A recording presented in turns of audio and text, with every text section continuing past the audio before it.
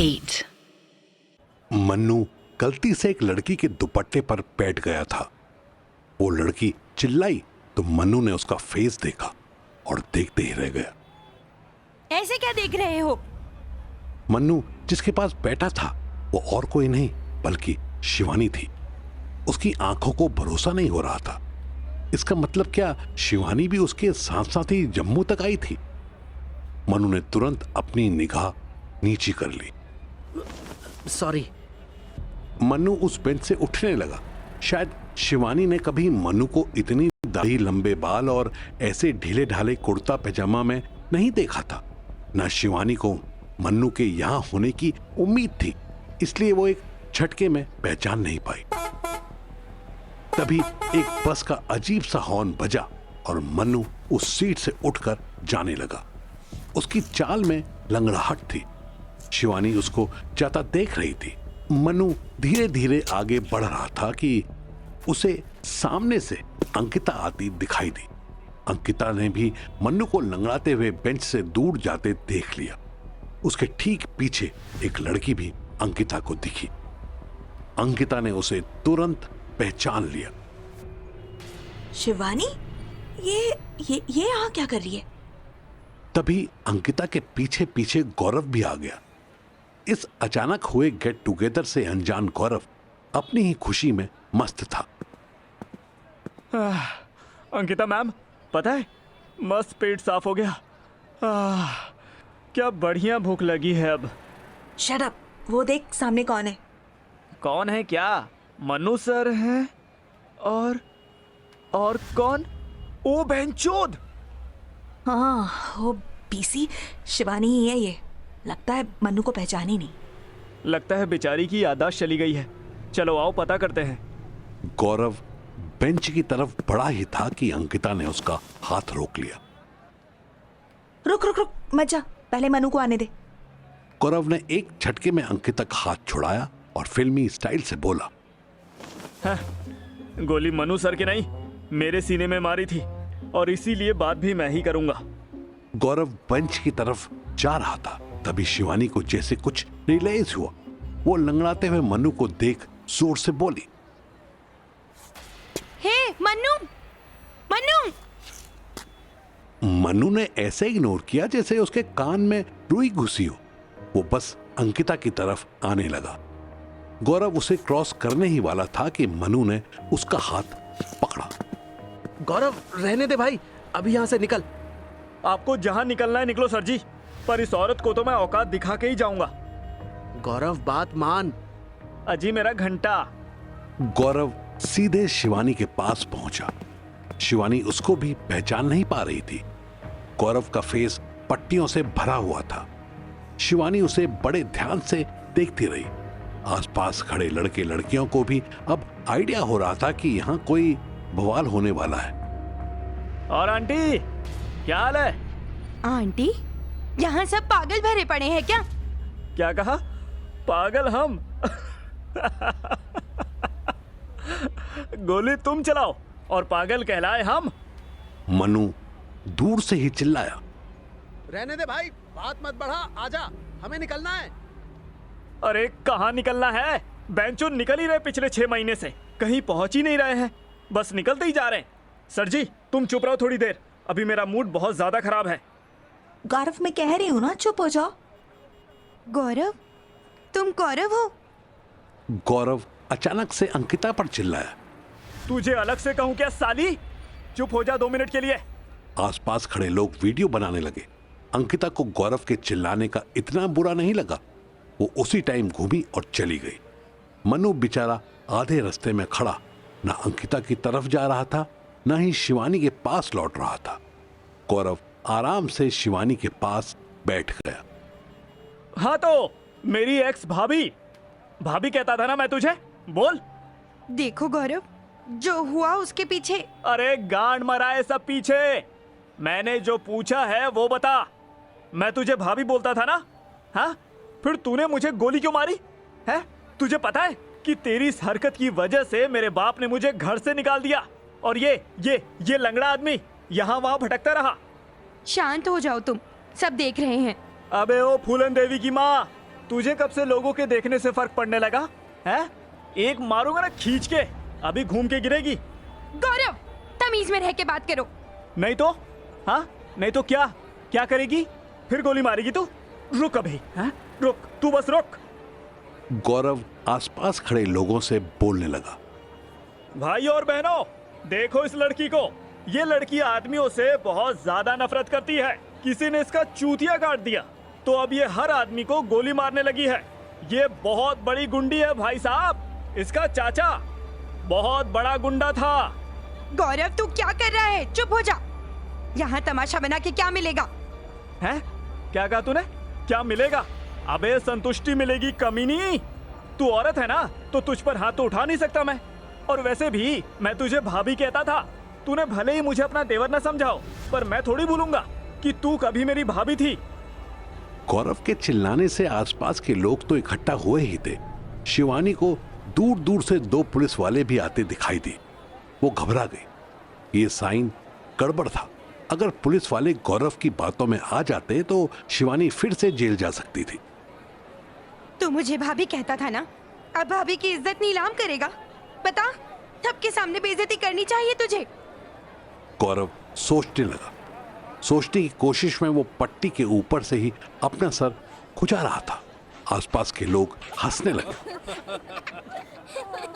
हाँ, उस हिसाब से करनी तो नहीं चाहिए, पर एक सेकंड, मेरे भैया ने तो भाभी ही बदल ली।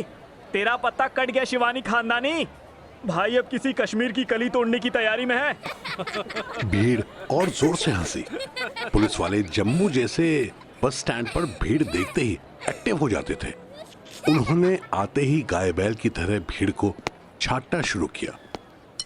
ए हटो सब, भीड़ मत लगाओ, हटो हटो।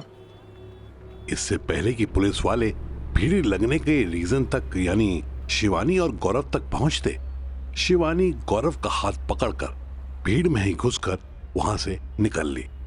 इधर मनु भी मौके का फायदा उठाकर वहां से खिसक लिया। अब काउंट करें तो जम्मू बस स्टेशन पर गौरव शिवानी के साथ था। अंकिता कहीं अकेली बैठी थी, मन्नू कहीं भटक रहा था और सुबैदा से दोबारा मिलने की कोशिश कर रहा था।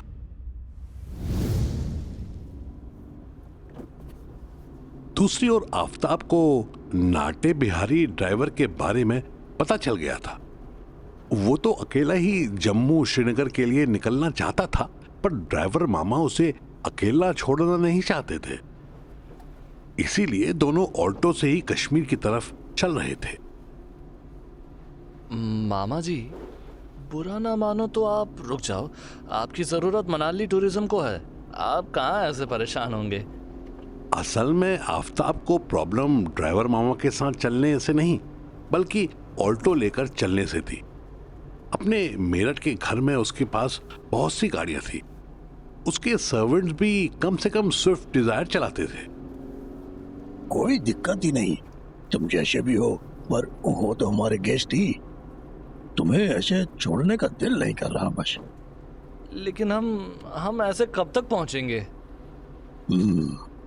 हम अभी सुंदरनगर पहुंचने वाले हैं। वहां से हमीरपुर होते हुए धर्मशाला, पठानकोट के रास्ते जम्मू जाएंगे। जम्मू फिर आगे का रास्ता थोड़ा मुश्किल है। एक मिनट, जम्मू पहुंचने में कितना टाइम लगेगा? यही कोई 12-14 घंटे।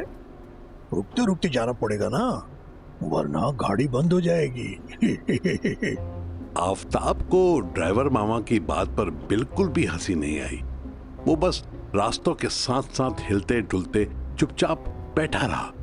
परेशान मत हो, कोई नहीं, मिल जाएगी शिवानी। किसको मिलेगी? हमको ही मिलेगी भाई, जब हम ढूंढने जा रहे हैं तो। देखो मामा जी, बुरा मत मानना, पर हम ऐसे भी तो कर सकते हैं ना कि पहले चंडीगढ़ जाएं और वहां से डायरेक्ट श्रीनगर की फ्लाइट ले लें। अरे बाप रे, बहुत महंगी होगी वो तो। कम से कम 10,000 की पड़ेगी।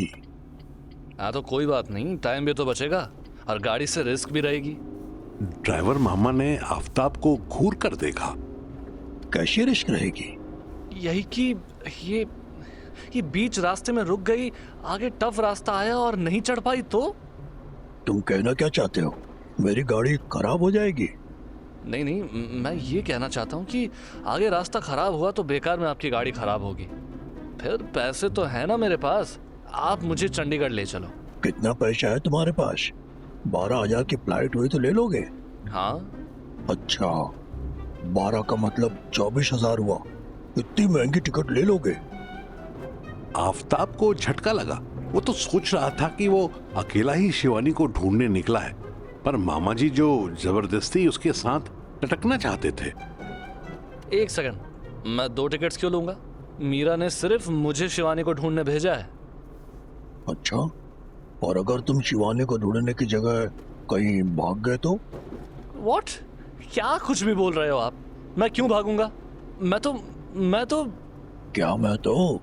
प्रॉमिस करके आया हूँ कि मैं शिवानी को ढूंढ लाऊंगा। तुम्हारे जैसे लड़के बहुत प्रॉमिस करते हैं, फिर पेट में बच्चा दे के भाग जाते हैं। अरे आप कुछ भी बक रहे हो मामा जी? कुछ भी बक रहे हो?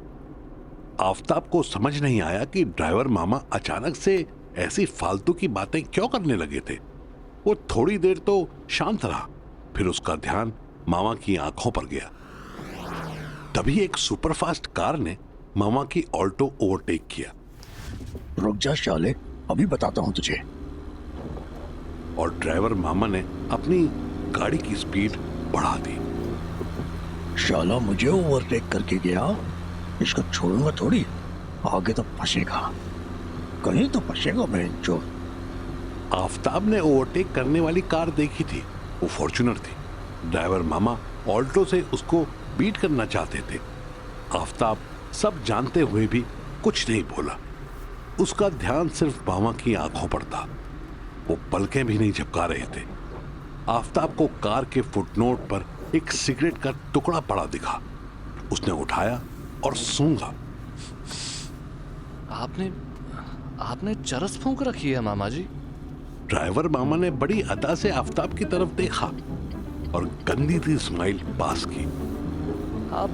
आप गाड़ी साइड में लगाओ, मुझे नहीं जाना आपके साथ, मैं देख लूंगा अपना रास्ता।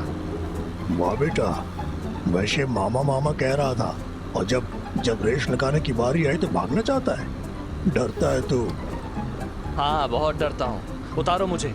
चरस पी के गाड़ी चलाने वालों से बहुत ही डरता हूँ मैं। ओहो, कुछ नहीं होता। मैं कोई रोज रोज थोड़ी खींचता हूँ। वो तो जब तू एयरपोर्ट में गया था ना, तो एक ड्राइवर ने दी थी। बहुत शानदार माल है। वाह, तू भी लेगा? नहीं, मैं अब आज्ञा लूंगा, मुझे उतार दो प्लीज। 1 मिनट, अभी इसको पीछे छोड़ दूं पहले। ड्राइवर मामा किसी और ही गाड़ी को ओवरटेक वाली गाड़ी समझ के पीछा करने की कोशिश करने लगे। मामा रहने दो, फालतू के ड्रामे मत करो, ये वो गाड़ी है भी नहीं, प्लीज। 1 मिनट चुप रह तू। ड्राइवर मामा ने स्टीयरिंग छोड़ दिया और अपने वुलन कैप में से एक सिगरेट और निकाली। माचिस है तेरे पास? नहीं, आपके पास भी नहीं है? बेंच मेरे पास है, ये देख। उन्होंने चलती गाड़ी में माचिस जलानी शुरू कर दी। आफताब को सामने से एक टूरिस्ट बस आती दिखाई दी। मामा ने स्टीयरिंग छोड़ा हुआ था, इसलिए गाड़ी ड्रिफ्ट होती हुई बस के लेन में खिसकती जा रही थी।